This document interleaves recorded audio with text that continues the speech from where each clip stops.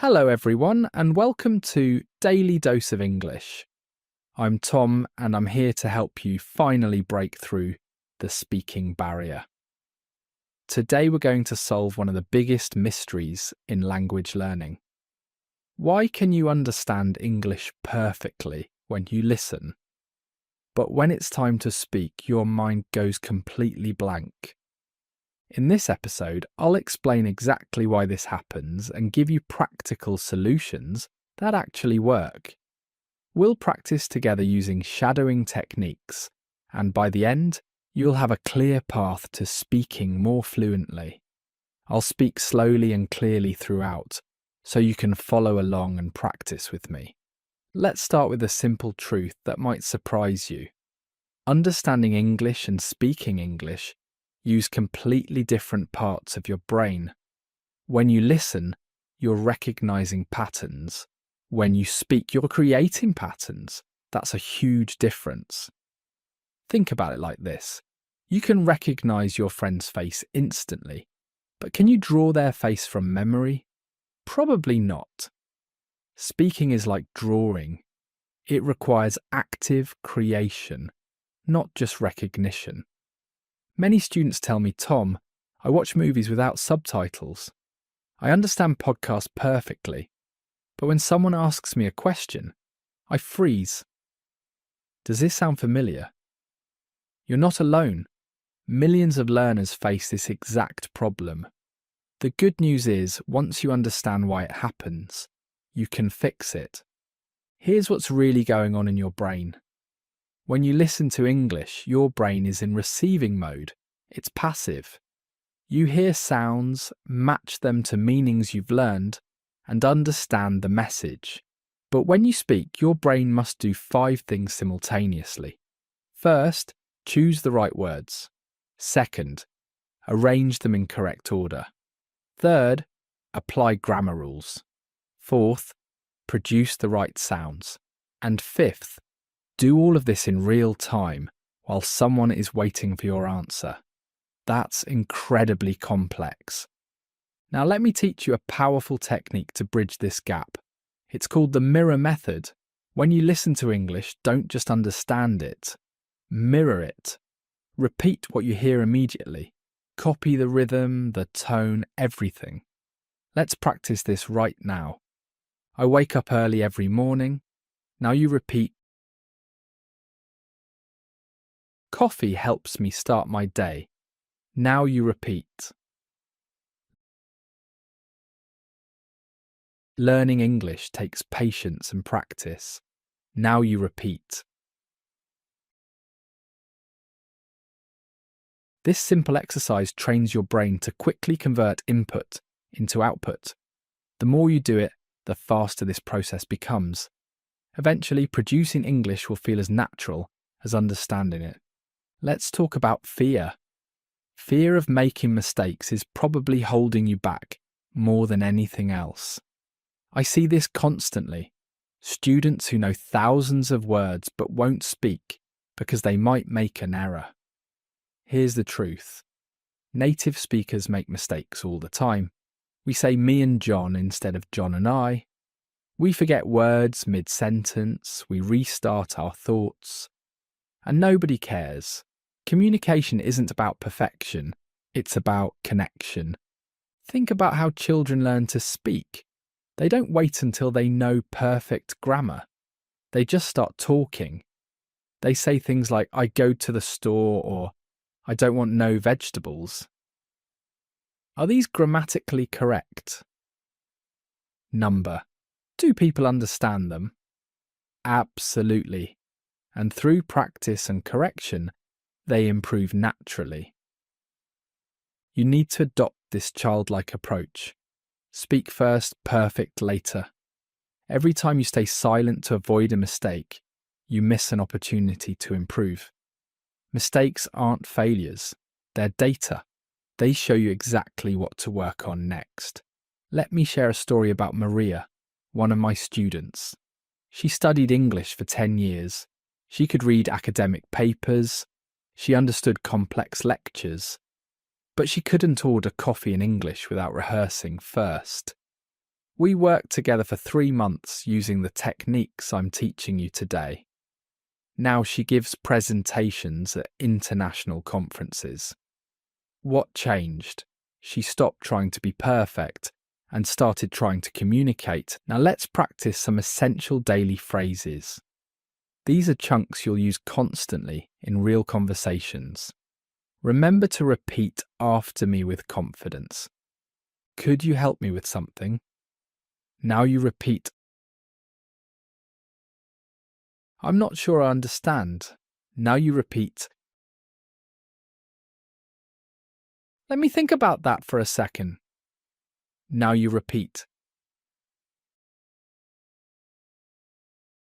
That's interesting. Tell me more. Now you repeat. I see what you mean. Now you repeat. These phrases buy you time in conversations. While you say them, your brain can prepare what comes next. Native speakers use these constantly. You should too. Let's address another major issue. Translation. If you're translating from your native language to English in your head, you'll always be slow. You need to think directly in English. This sounds impossible, but it's not. You already do this with simple phrases. When someone says hello, you don't translate. You just respond, hi. We need to expand this ability. Start with self-talk. Describe your actions in English as you do them. When you wake up, think, I'm getting out of bed. When you make breakfast, think, I'm making eggs. When you check your phone, think, I have 3 new messages. This builds direct English thinking patterns. Let's practice this mental commentary together. I'll describe actions and you repeat to build this habit. I'm opening the window to get fresh air. Now you repeat. I need to check my calendar for today. Now you repeat. I should probably drink more water. Now you repeat. The weather looks nice outside. Now you repeat. I wonder what time the meeting starts. Now you repeat.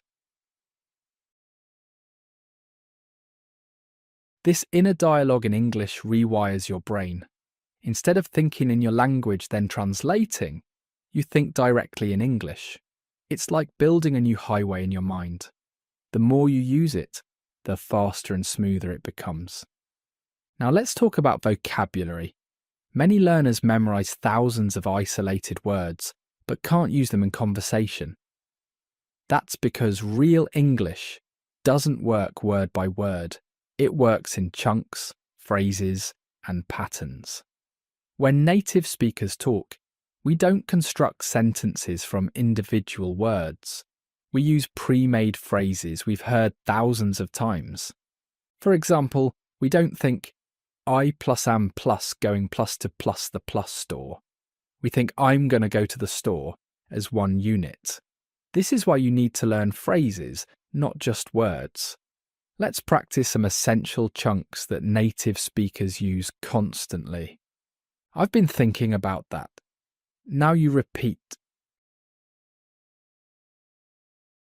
It's been a while since we talked. Now you repeat. I'm looking forward to the weekend. Now you repeat. Something came up and I can't make it. Now you repeat. Thanks for letting me know. Now you repeat. Notice how these feel like complete thoughts? That's because they are. Native speakers have thousands of these ready-made phrases. You need to build your collection too. Let's discuss listening strategies that directly improve speaking. Passive listening, like having English on in the background, helps with comprehension. But it doesn't help much with speaking. You need active listening. This means fully engaging with what you hear. Pause videos and repeat sentences. Predict what someone will say next. Imagine how you would respond. When you watch English content, don't just consume it, interact with it. If someone in a video asks a question, pause and answer out loud. If they express an opinion, state whether you agree or disagree and why. This transforms passive input into active practice. Let's do this together. I'll say something and you respond naturally. Don't overthink it. Just react. The traffic was terrible this morning. Now you respond, I can't believe how expensive everything is getting. Now you respond, did you see that new movie everyone's talking about? Now you respond, I'm thinking about learning a new skill. Now you respond, the weather's been strange lately. Now you respond, this conversational practice is crucial. You're training your brain to respond quickly and naturally in English. The more you practice, the more automatic it becomes. Now let's address pronunciation. Many learners avoid speaking because they worry about their accent. Here's the truth. Having an accent is completely normal. The goal isn't to sound like a native speaker. The goal is to be easily understood. Focus on clarity, not perfection. The key elements of clear speech are rhythm, stress, and intonation. English is a stress time language. This means some words are stronger and some are weaker. Let's practice this natural rhythm. I need to go to the store. Now you repeat. She's been there many times before. Now you repeat. What do you think about this? Now you repeat. We should probably leave soon. Now you repeat. Can you help me understand? Now you repeat. Notice how some words pop out while others flow quickly. That's the music of English. When you master this rhythm, your English immediately sounds more natural and is easier to understand. Let's talk about building speaking confidence. Confidence isn't about knowing everything. It's about being comfortable with what you know and skilled at working around what you don't. Native speakers do this constantly. We forget words, use simpler alternatives, and describe things when we can't remember the exact term. For instance, if I forget the word refrigerator, I might say the thing that keeps food cold in the kitchen. This is a valuable skill. Let's practice it. I'll give you a word and you describe it without using the word itself. Airplane. Now describe it. Dentist. Now describe it. Umbrella. Now describe it. Elevator. Now describe it. Wedding. Now describe it. This skill helps you keep conversations flowing, even when you don't know specific vocabulary. It's better to describe something than to stop talking completely. Now let's discuss the power of stories. Humans think in stories, not in grammar rules. When you tell stories, you naturally use past tense sequence events and add details. This makes storytelling perfect speaking practice. Start with simple, personal stories. What you did yesterday, a funny thing that happened, a challenge you faced. Let's build a story together. I'll start, and you continue each part. Yesterday, something interesting happened. Now you add detail. I was walking down the street when. Now you continue. At first, I didn't know what to do, but then, now you continue. In the end, everything worked out because now you continue. I learned that sometimes. Now you complete the lesson. This exercise does multiple things. It practices past tense naturally, helps you organise thoughts sequentially, and builds your ability to add detail spontaneously. These are all crucial speaking skills. Let's explore emotional expression in English. Many learners can state facts but struggle to express feelings naturally. Emotional language makes you sound human and helps build connections. Let's practice expressing different emotions. I'm really excited about this opportunity. Now you repeat. To be honest, I'm a bit nervous. Now you repeat. That's frustrating. I understand how you feel. Now you repeat. I'm so grateful for your help. Now you repeat. Makes me happy to see you succeed. Now you repeat. These emotional expressions make your English sound authentic. People connect with feelings, not just information. Don't be afraid to express yourself. Now let's tackle small talk, the social glue of English conversations. Many learners dismiss small talk as unimportant, but it's actually crucial for building relationships and creating comfortable interactions. Small talk isn't about the information exchanged, it's about establishing connection. Let's practice common small talk patterns that you'll use daily. How's your day going so far? Now you repeat. Did you have a good weekend? Now you repeat. The weather's been crazy lately, hasn't it? Now you repeat. Have you been keeping busy? Now you repeat. It's good to see you again. Now you repeat. These phrases open doors to deeper conversations. Master them, and you'll never struggle to start a conversation again. Let's address a critical point about grammar. Yes, grammar is important, but not in the way you think.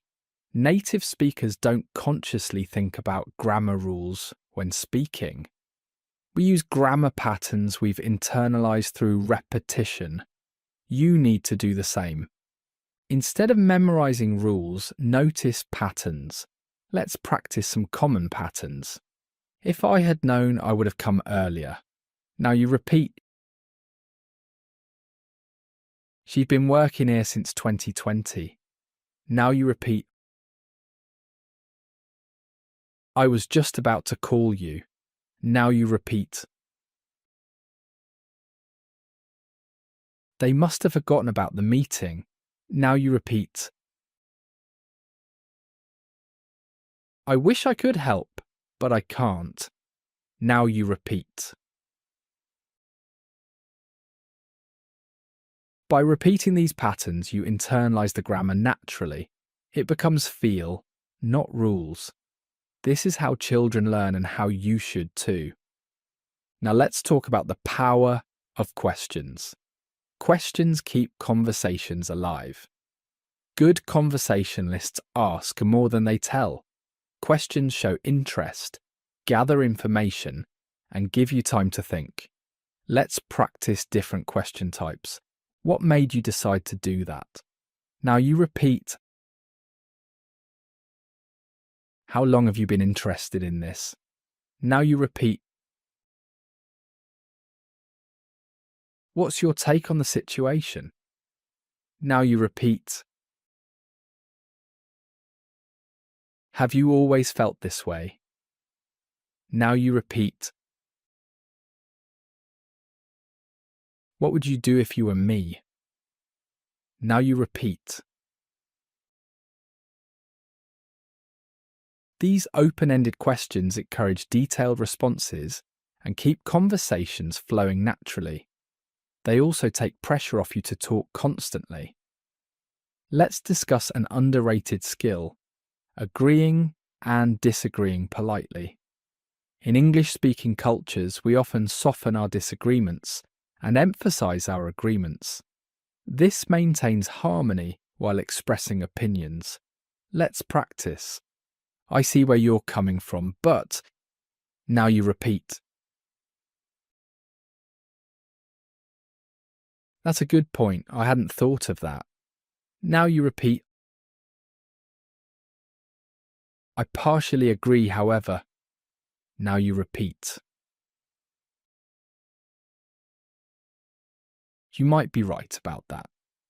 Now you repeat. I think we're on the same page here. Now you repeat. These diplomatic phrases let you navigate disagreements without creating conflict. They're essential for professional and social situations. Now let's address speaking anxiety directly. Many learners experience physical symptoms when trying to speak. Racing heart, sweaty palms, blank mind. This is normal. Your body treats speaking a foreign language as a threat. We need to retrain this response. Before speaking, take 3 deep breaths. Remind yourself that making mistakes is safe.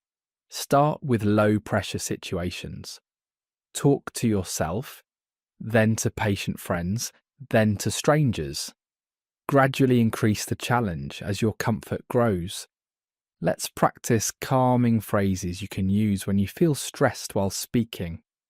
Sorry, let me rephrase that. Now you repeat. Give me just a moment to collect my thoughts. Now you repeat. I'm still learning. Thanks for your patience. Now you repeat. Could you say that again? I want to make sure I understand. Now you repeat. Let me try to explain this differently. Now you repeat. These phrases acknowledge difficulty while maintaining conversation flow. They show confidence in your learning process. Let's explore professional English. Many learners need English for work, but feel intimidated by business communication. The secret is that professional English often uses simpler, clearer language than casual English. Let's practice key professional phrases. I'd like to follow up on our previous discussion. Now you repeat. Could we schedule a meeting to discuss this further? Now you repeat. I appreciate your feedback on this matter. Now you repeat. Let me get back to you with that information. Now you repeat.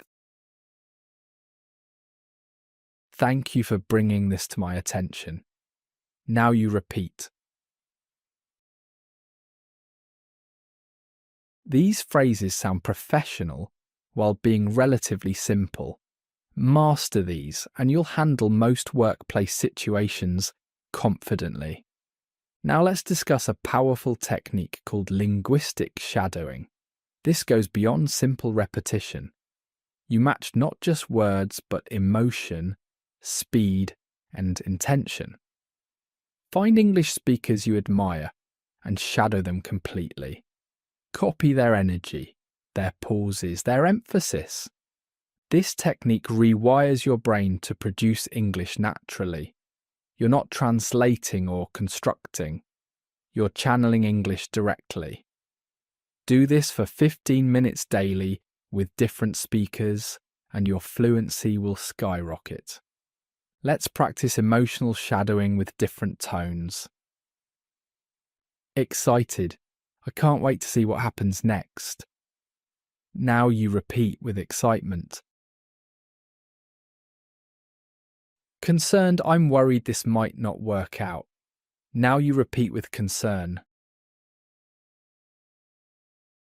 Grateful. I really appreciate everything you've done. Now you repeat with gratitude. Curious. I wonder why they decided to do that. Now you repeat with curiosity. Confident. I know we can figure this out together. Now you repeat with confidence. This emotional range makes your English come alive. You're not just speaking words, you're communicating feelings. Let's address a common trap: perfectionism. Many learners won't speak until they can speak perfectly. This creates a vicious cycle. Without practice, you can't improve. Without improvement, you won't practice. Break this cycle by embracing good enough. Communication succeeds when your message is understood, not when it's grammatically perfect. Focus on clarity over correctness. Native speakers will appreciate your effort and help you improve naturally through conversation. Let's practice recovery phrases for when things go wrong. That's not quite what I meant to say. Now you repeat. Let me try to explain that better. Now you repeat. I think there might be a misunderstanding. Now you repeat. Sorry if that wasn't clear. Now you repeat. What I'm trying to say is, now you repeat. These phrases help you recover gracefully from communication breakdowns. They keep conversations positive and productive. Now let's explore the power of context. English words often have multiple meanings depending on context. This flexibility can be confusing but also liberating. You don't need to know every meaning, just the relevant one for your situation. Let's practice recognizing and using contextual meaning. Can you get the door? Meaning open it. Now you repeat. I don't get it. Meaning understand. Now you repeat. Let's get coffee sometime. Meaning meet for. Now you repeat. I need to get going. Meaning leave. Now you repeat. Where did you get that? Meaning obtain by. Now you repeat. This contextual flexibility exists throughout English. Embrace it rather than fearing it. Context usually makes meaning clear. Let's discuss cultural communication patterns. English-speaking cultures often value directness, balanced with politeness. We state our needs clearly, but soften them with polite language. Understanding this balance helps you communicate effectively. Let's practice polite but direct communication. Would it be possible to meet earlier? Now you repeat. I'd prefer if we could find another solution. Now you repeat. Could I suggest a different approach? Now you repeat. I think there might be a better way to handle this. Now you repeat. Would you mind if we postponed until tomorrow? Now you repeat. These phrases are clear about what you want while remaining respectful and professional. They work in almost any situation. Now let's tackle phone and video conversations Many learners find these harder than face-to-face talks because you lose visual cues. The key is over-communicating. Confirm understanding more often, speak slightly slower, and use verbal cues to show you're listening. Let's practice phone conversation skills. Can you hear me clearly? Now you repeat. Sorry, you broke up for a second there. Now you repeat. Let me make sure I understood correctly. Now you repeat. I'm going to put you on speaker. Is that okay? Now you repeat. Thanks for the call. Talk to you soon. Now you repeat.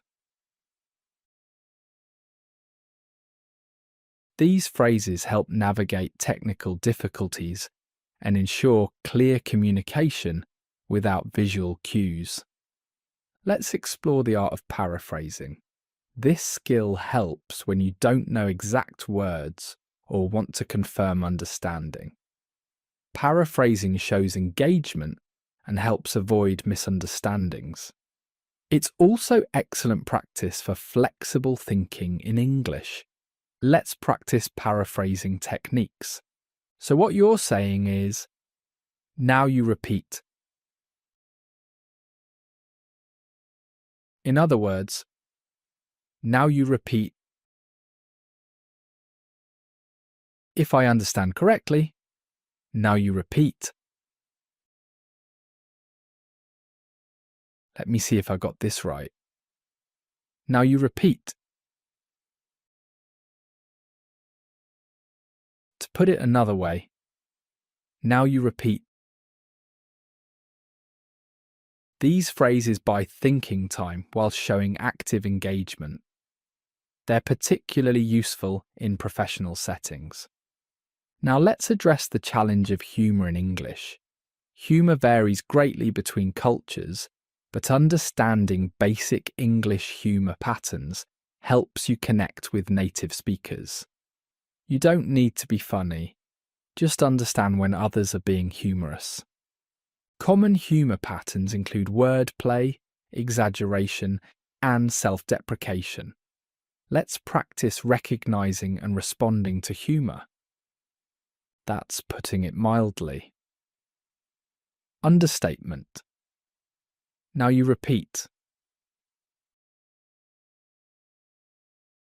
Tell me how you really feel. Sarcasm. Now you repeat. I'm not the sharpest tool in the shed. Self-deprecation. Now you repeat. That went well. Not. Irony. Now you repeat. You can say that again. Emphasis. Now you repeat. Understanding these patterns helps you participate in casual conversations more naturally. Let's discuss the importance of fillers. Fillers are words like well, and you know. Many teachers say avoid them, but native speakers use them constantly. They serve important functions, buying thinking time, softening statements, and showing you're still speaking. Let's practice using fillers naturally. Well, I think we should probably wait. Now you repeat. It's, kind of complicated. Now you repeat. I'm not really sure about that. Now you repeat. So, what do you think? Now you repeat. I mean, it could work, I guess. Now you repeat. Used sparingly, fillers make your speech sound more natural and give you processing time. Now let's explore active listening phrases. Good conversation involves showing you're engaged with what others say. These phrases demonstrate attention and encourage speakers to continue. Let's practice active listening responses. That must have been difficult. Now you repeat. How did that make you feel? Now you repeat. What happened next? Now you repeat. I can imagine how frustrated you felt. Now you repeat. That's really interesting. Go on. Now you repeat. These responses keep conversations flowing and show genuine interest in others' experiences. Let's address the challenge of interrupting politely. Sometimes you need to interject in conversations. English has specific phrases that allow interruption without seeming rude. Mastering these helps you participate more actively in group discussions. Sorry to interrupt, but now you repeat. Can I just add something here? Now you repeat. If I could just jump in for a second. Now you repeat. Before we move on, I'd like to mention, now you repeat. Quick question about what you just said. Now you repeat. These phrases signal interruption while showing respect for the current speaker. Now let's practice time-buying techniques. When you need extra seconds to formulate thoughts, these phrases maintain conversation flow without awkward silence. That's a really good question. Let me think. Now you repeat. I've never really thought about it that way. Now you repeat. You know, that's actually quite interesting. Now you repeat. Well, where do I even begin? Now you repeat. Oh, that reminds me of something. Now you repeat. These phrases sound thoughtful while giving your brain time to organize ideas in English. Let's explore clarification requests. Never hesitate to ask for clarification. It shows engagement and ensures accurate understanding.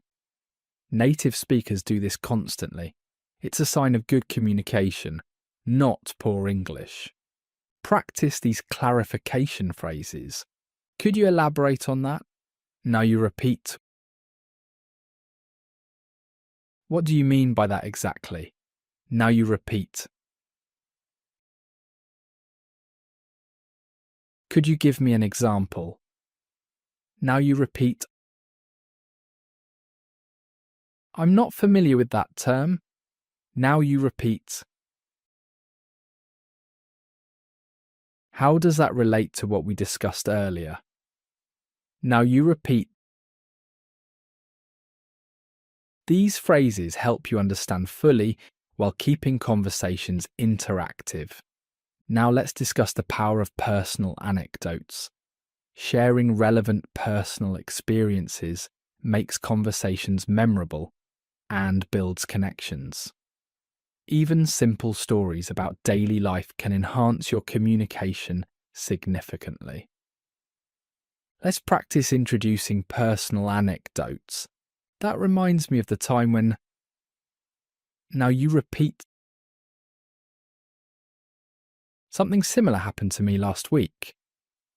Now you repeat. I had an interesting experience with that. Now you repeat. Funny you should mention that because... Now you repeat. I can relate to that. Just yesterday. Now you repeat. These transitions smoothly introduce your experiences into conversations. Let's address the challenge of describing problems clearly. Whether personal or professional, explaining problems effectively gets you help faster. Clear problem description is a valuable life skill in any language. Practice these problem describing structures. I'm having trouble with. Now you repeat. The issue seems to be. Now you repeat. What's happening is. Now you repeat. I've noticed that whenever I try to. Now you repeat. The main challenge is. Now you repeat. These structures help you explain issues clearly and get appropriate assistance. Now let's explore expressing preferences diplomatically. Stating preferences without offending others requires specific language patterns. This skill is crucial for both personal and professional relationships. I'd rather, if that's okay with you. Now you repeat. I tend to prefer, but I'm flexible. Now you repeat. Given the choice, I'd probably. Now you repeat. I'm more comfortable with, if possible. Now you repeat. I have a slight preference for, but either works. Now you repeat. These phrases express your needs while remaining considerate of others. Let's practice closing conversations gracefully. Ending conversations smoothly is as important as starting them. Good closings leave positive impressions and open doors for future interaction. Well, I should probably get going. Now you repeat. It's been really nice talking with you. Now you repeat. I don't want to keep you any longer. Now you repeat. Let's catch up again soon. Now you repeat. Thanks for the chat. Take care. Now you repeat. These phrases end conversations warmly without abruptness. Now let's put everything together. Real conversation combines all these elements fluidly. You'll use openers, questions, statements, clarifications, and closings, all in one interaction. The key is practice until these patterns become automatic. Remember, every native speaker started where you are. We all learned these patterns through repetition and use. You have the advantage of conscious practice. Use it wisely. Your homework is simple but powerful. Choose 3 phrases from today's lesson. Use them in real conversations this week. Don't wait for perfect opportunities. Create them. Start conversations. Ask questions. Express opinions. Each use builds your speaking muscle. Also record yourself speaking for 1 minute daily. Talk about your day, your plans, your thoughts. Listen back weekly. You'll be amazed at your progress. The voice that feels foreign today will sound natural in just weeks of practice. Most importantly, be patient with yourself. Language learning isn't linear. Some days you'll speak fluently. Others you'll struggle with basics. This is normal. Progress happens in waves, not straight lines. Trust the process. Thank you for joining me today on Daily Dose of English. I'm Tom, and I believe in your ability to speak English confidently. You have all the tools. Now use them. Practice daily. Speak bravely and celebrate every small victory. Remember, the only way to speak English well is to speak English now. Not when you're ready. Not when you know more. Now. Keep practicing, keep speaking, and keep believing in yourself. Your English journey is unique, and every word you speak takes you closer to fluency. I'll see you in the next episode. Until then, this is Tom saying goodbye and keep speaking.